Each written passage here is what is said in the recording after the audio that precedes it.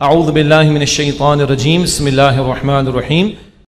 اگلی آیت میں جنگی تیاری کے حوالے سے حکم دیا جا رہا ہے اور اس کے لیے مال خرچ کرنے کا بھی مطالبہ اور تقاضا کیا جا رہا ہے۔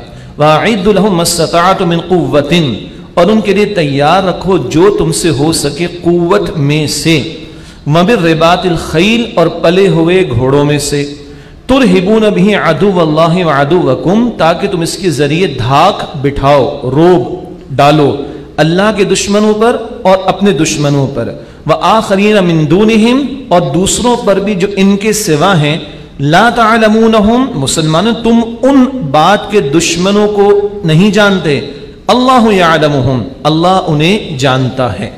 یہ آیت ہے کہ جس میں ہمیں حکم دیا گیا ہے جنگی تیاری کے حوالے سے۔ ایک لفظ آیا من قوہ، قوت میں سے۔ حضور نبی اکرم صلی اللہ علیہ وآلہ وسلم نے فرمایا کہ قوت تو پھینکنے میں ہے۔ اس دور میں تیر تھے، نیزے تھے، وہ پھینکنے کے لیے استعمال ہوتے تھے۔ آج کیا ہے جی؟ آج میزائل ٹیکنالوجی بھی ہوگی، آج بوم بھی ہوں گے، اور جس نوعیت کے ہوں ضروری ہیں۔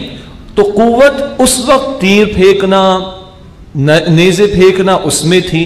آج اگر میزائل ٹیکنالوجی ہے، آج اگر بومز ہیں، کل کچھ اور بھی ہو، تو مسلمانوں کو حکم دیا جا رہا ہے کہ اپنی استطاعت بھر اس کو تم فراہم کرنے کی کوشش کرو۔ اور پلے ہوئے گھوڑے، یہ عجیب بات ہے، گھوڑوں کا ذکر خاص طور پر آیا۔ حضور علیہ السلام نے ایک عجیب دلچسپ بات بیان فرمائی، قیامت تک کے لیے اللہ تعالیٰ نے گھوڑے کی پیشانی پر برکت رکھ دی، اور بعض روایات سے پتہ چلتا ہے کہ آخری جنگوں میں گھوڑے بھی استعمال ہوں گے۔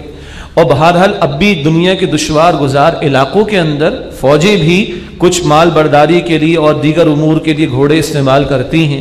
ہمارے سیاستدان بھی کچھ گھوڑے استعمال کرتے ہیں، لیکن بہرحال اس کا میں ذکر نہیں کرنا چاہ رہا، وہ تو کچھ اور مقاصد ہیں۔ لیکن یہ کہ ان جنگی معاملات اور ان کی تیاری کے اعتبار سے بھی ان گھوڑوں کا استعمال، ایک اہم مقصد کیا ہے؟ تاکہ تم اس کے ذریعے اللہ کے دشمنوں کو اور اپنے دشمنوں کو مرعوب رکھ سکو۔ اب اس کی حکمت دیکھیے، 14 مئی 1998 بھارت نے ایٹمی دھماکے کرنے کا اعلان کیا تھا۔ 15 مئی اگلی صبح 1998 واجپئی، اٹل بہاری واجپئی اس وقت وزیر اعظم تھا بھارت کا، اس کے اسٹیٹمنٹ آئے کہ ہم پاکستان کی اینٹ سے اینٹ بجا دیں گے۔ بڑی ٹینشن ہو گئی۔ 28 مئی 1998 ہم نے اعلان کر دیا اللہ کے فضل سے۔ 29 مئی 1998 صبح کو واجپئی کا بیان آیا، we are ready for table talks, ہم مذاکرات کے لیے تیار ہیں۔ یہ اس قوت کی اہمیت ہے۔ اور بہرحال بھارت کی جو پاپولیشن ہے اس کے مقابلے میں بہت تھوڑے ہیں، جو اس کی اکانومی کا بیس ہے اس کے مقابلے میں بہت تھوڑے ہیں۔ اللہ نے یہ چھپڑ پھاڑ کر ہمیں صلاحیت عطا کی ہے۔ اور ڈاکٹر عبدالقدیر صاحب بہرحال وہ ہمارے کچھ پروگرامز بھی دیکھتے ہیں، ایک دفعہ لائیو پروگرام میں بیٹھا تھا، میں نے کہا بھائی کہ اللہ تعالیٰ نے اس بندے کے ذریعے اور لوگوں کی پیچھے محنتوں کے ذریعے ہمیں چھپڑ پھاڑ کر یہ جو صلاحیت دی ہے نا، یہ صرف پاکستان کی نہیں ہے، یہ پوری امت مسلمہ کی ہے۔ اور اللہ نہ کرے کسی نے اس کے ساتھ غداری کا معاملہ کیا، وہ پوری امت کا مجرم ہوگا۔ تو وہ ڈاکٹر صاحب بھی بیٹھے ہوئے تھے اور بہرحال اور لوگ بھی تھے، آپ سمجھ سکتے ہیں۔ تو کہا بھائی بات تو بالکل صحیح ہے۔ میں نے کہا بھائی دل سے بات کہی گئی ہے، اللہ کہتا ہے کہ اس کے ذریعے اپنے اور میرے دشمنوں کو تم مرغوب رکھو، تو یہ اللہ نے امانت دی ہے۔ اور الحمدللہ ہم بہت آگے ہیں اس میں، میزائل ٹیکنالوجی میں ہم بہت آگے ہیں۔ اللہ ہماری اس صلاحیت کی حفاظت کرے، اور اس کو اس مقصد کے لیے، تباہی کے لیے نہیں، بربادی کے لیے نہیں، قوموں کو مٹانے کے لیے نہیں، بلکہ اس مقصد کے لیے کہ ڈیٹرنٹ کے طور پر اللہ نے ہمیں دیا۔ اور اللہ کہتا ہے اللہ کے دشمنوں کو اپنے دشمنوں کو مرعوب رکھو۔ یہی وجہ ہے کہ ظاہر کے اسباب کے تحت اللہ تعالیٰ نے اس ملک کی حفاظت فرمائی، اللہ اس کو اور حفاظت عطا فرمائے، اور جس مقصد کے لیے ہم نے اس کو حاصل کیا اللہ اس میں ہمیں پیش قدمی کرنے کی توفیق عطا فرمائے، اور اس میں جس سطح پر جس کا ہاتھ ہے اس کام کے اندر اللہ اس کو اجر عظیم عطا کرے، اور ہمارا بھی حصہ بہرحال اس کے اندر شامل ہو۔ بہرحال اس قوم نے پیٹ کاٹا ہے، یہ ٹیکسز بیچاری قوم دے دے کے مر رہی ہے، لیکن اللہ تعالیٰ نے بہرحال یہ کام کروا ڈالا۔ اور بہرحال دنیا کے بہت سے لوگ یہی سمجھتے ہیں کہ یہ صرف پاکستان کی صلاحیت نہیں، یہ پوری مسلم ورلڈ کی صلاحیت ہے.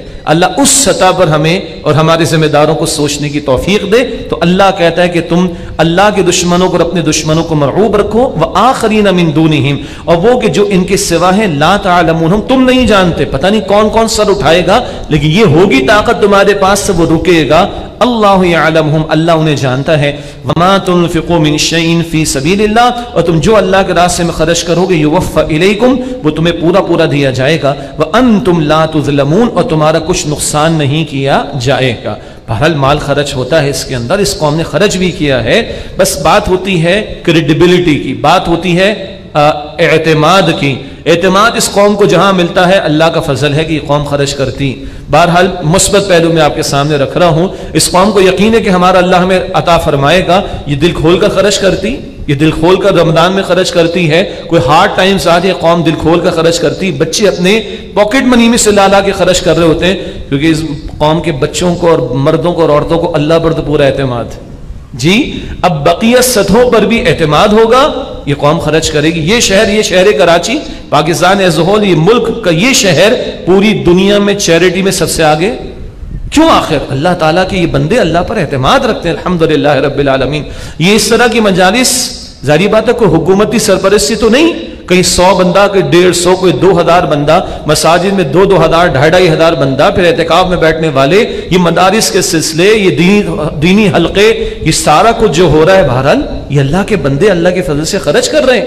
ادھر بھی اللہ کہتا ہے کہ اس صلاحیت کے لیے بھی تمہارا مال خرچ ہوگا، اور جب ہوگا تو تمہیں پورا پورا لوٹایا جائے گا. وَأَنْتُمْ لَا تُظْلَمُونَ، اور تمہارا کچھ نقصان نہیں کیا جائے گا.